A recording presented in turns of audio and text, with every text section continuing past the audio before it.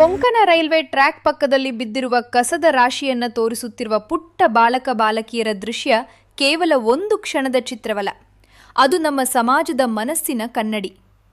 ಇವರೆಲ್ಲ ಇನ್ನೂ ಶಾಲೆಯ ಪಾಠ ಪುಸ್ತಕಗಳನ್ನು ಓದುತ್ತಿರುವ ವಯಸ್ಸಿನವರು.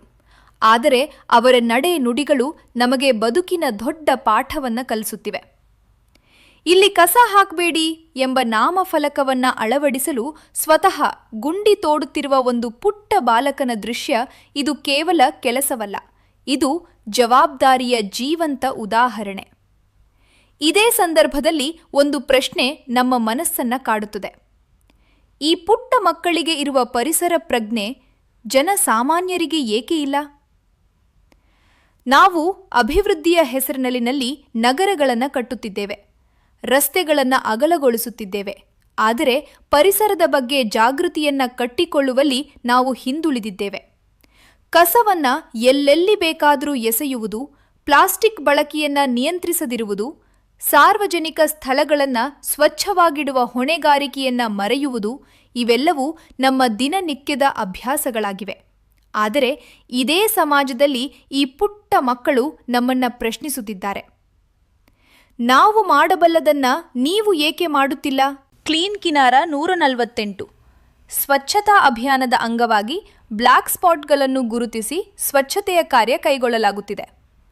ಬ್ಲಾಕ್ ಸ್ಪಾಟ್ ಎಂದರೆ ಕಸ ಹೆಚ್ಚು ಬಿದ್ದಿರುವ, ನಿರ್ಲಕ್ಷ್ಯದಿಂದ ಮಸುಕಾದ ಸ್ಥಳ.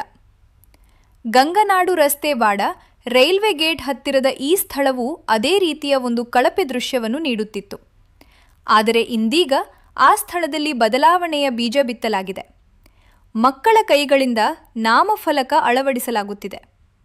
ಮಣ್ಣಿಗೆ ತ್ಯಾಜ್ಯ ಸೇರಿಸಬೇಡಿ, ಸ್ವಚ್ಛತೆ ಕಾಪಾಡಿ, ಪರಿಸರವನ್ನು ಸಮೃದ್ಧಗೊಳಿಸೋಣ ಎಂಬ ಸಂದೇಶಗಳು ಕೇವಲ ಅಕ್ಷರಗಳಲ್ಲ, ಅವು ಭವಿಷ್ಯದ ದಿಕ್ಕು ತೋರಿಸುವ ಬೆಳಕು. ಮಣ್ಣು ಅನ್ನದ ಮೂಲ ಎಂಬ ಮಾತು ನಮ್ಮ ಪುರಾತನ ಜ್ಞಾನ. ನಾವು ತಿನ್ನುವ ಅನ್ನ, ಬೆಳೆಯುವ ಬೆಳೆ, ಬದುಕಿನ ಮೂಲ. All begin with soil.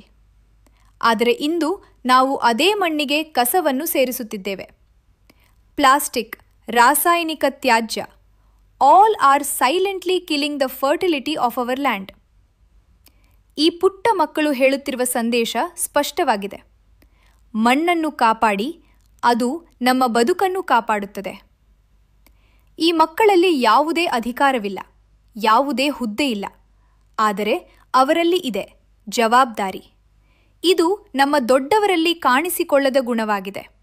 ನಾವು ಕಾಯುತ್ತೇವೆ, ಯಾರಾದರೂ ಬಂದು ಸ್ವಚ್ಛಗೊಳಿಸುತ್ತಾರೆ ಎಂದು. ಆದರೆ ಈ ಮಕ್ಕಳು ಕಾಯುತ್ತಿಲ್ಲ, ಅವರು ಸ್ವತಃ ಮುಂದಾಗುತ್ತಿದ್ದಾರೆ. ಇದು ಕೇವಲ ಸ್ವಚ್ಛತಾ ಕಾರ್ಯವಲ್ಲ, ಇದು ಸಮಾಜದ ಮನೋಭಾವ ಬದಲಾವಣೆಯ ಪ್ರಾರಂಭ. ಇಂದು ಸ್ವಚ್ಛತಾ ನಾಮಫಲಕವನ್ನು ಕೊಡುಗೆಯಾಗಿ ನೀಡಿ ನಮ್ಮ ಕಾರ್ಯಕ್ಕೆ ಬೆಂಬಲ ನೀಡಿದ ರತ್ನ ಕೊಠಾರಿ, ಪ್ರೀತಿ ಮೊಬೈಲ್ಸ್, ಬೈಂದೂರು ಇವರ ಸೇವಾಭಾವ ನಿಜಕ್ಕೂ ಶ್ಲಾಘನೀಯ.